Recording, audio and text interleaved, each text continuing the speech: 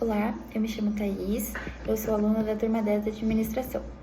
O tema do meu vídeo é sobre os modelos da administração pública.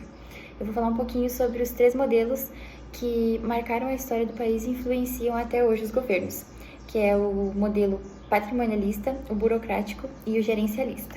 Cada um desses modelos tem as suas características, as suas vantagens e desvantagens, e daí eu vou falar um pouquinho sobre cada um com exemplos para que fique bem mais fácil de entender cada um. Eu vou falar um pouquinho sobre a administração patrimonialista.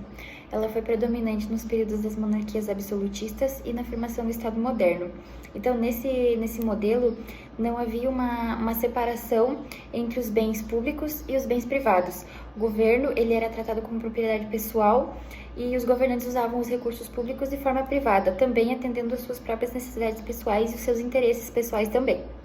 Então, algumas das características desse tipo de governo como eu já disse anteriormente, era a confusão entre o patrimônio público e o privado, né, que o patrimônio público, gerado de impostos e taxas e afins, como existem até hoje, era confundido com o patrimônio privado. Esse dinheiro também era usado para atender interesses e necessidades pessoais do governante.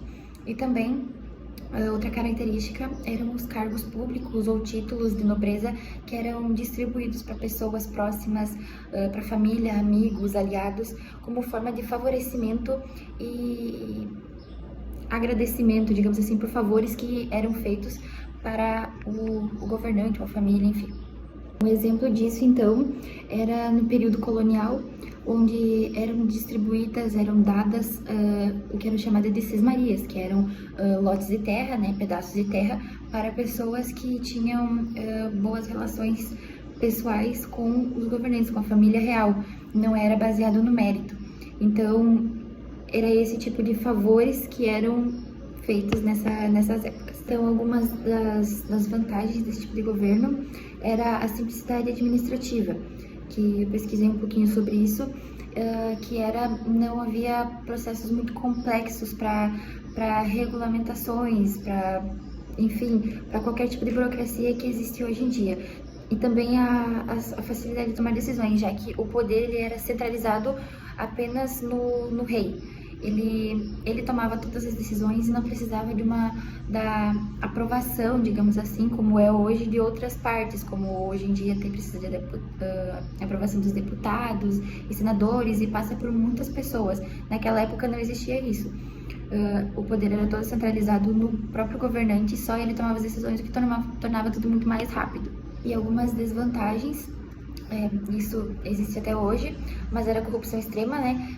Porque muitos recursos públicos eram desviados, não tinha uma forma de monitoramento, então era um problema muito grande, muito sério. E também a desigualdade social, porque a riqueza do país, de todos os impostos e taxas que a gente paga desde sempre, se concentrava só na nobreza, só ali na elite. Então, acabava que as pessoas, a parte da periferia, os pobres, eles não recebiam nada. Agora eu vou falar um pouquinho sobre a administração burocrática, que ela é considerada uma resposta à administração patrimonialista. Ela foi fortemente influenciada pelo Max Weber, que ele defendia uma gestão baseada em regras claras e na meritocracia, né? Ela foi começou a se consolidar no final do século XIX e no início do século XX. Então, algumas das características é a separação clara entre o público e o privado, né, diferente como era uma oposição ao governo patrimonialista, era para separar o público do privado, então o que era dinheiro pessoal do governante, e o que era dinheiro público, os dois não se misturavam. Também uma hierarquia mais definida, que o poder não ficava tão centralizado e existiam mais pessoas para ajudar. E também a contratação de servidores baseada no mérito, no merecimento, e não baseada em relações pessoais. Então, um exemplo disso é que em 1938 foi criado no Brasil a DASP, que é o Departamento Administrativo de Serviço Público, que foi na era Vargas, que ele buscava organizar a administração pública com base nessas características burocráticas. Então, algumas características desse modelo é a maior transparência e controle, e, consequentemente, a redução da corrupção, porque antes não era controlado, o dinheiro público era patrimônio pessoal também, e então existia muito essa corrupção. Então, com esse modelo, diminuiu a corrupção, porque aumentou mais o controle também sobre o patrimônio público. Também a profissionalização do serviço público, né, que os cargos eles começaram a ser baseados no mérito, no profissionalismo da pessoa e não baseado nas relações pessoais. Então isso ajudou a que tivesse mais oportunidades para as pessoas de crescimento.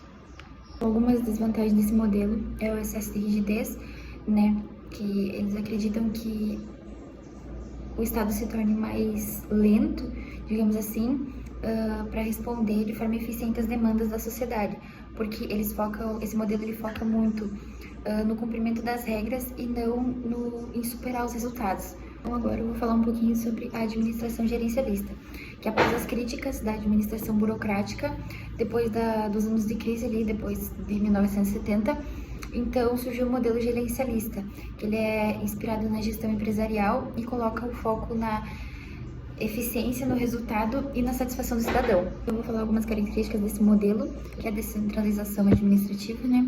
Divisão de tarefas, digamos assim, entre os órgãos públicos, e também o envolvimento de parcerias público-privadas e concessões, né?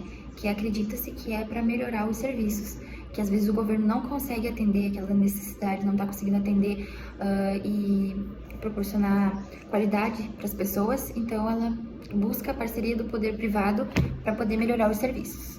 Então, um exemplo disso é a ANEEL, que ela é vinculada ao governo de Minas e Energia, e só que a função dela é fiscalizar os serviços de energia do país. Algumas vantagens desse modelo seria uma maior eficiência dos recursos públicos, né? Que não é exatamente o que acontece, mas na teoria é o que diz.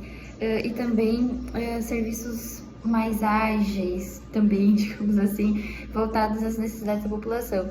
A gente sabe que na teoria é isso, mas na prática não é exatamente assim, né? Que não é tão ágil e também não é tão bom.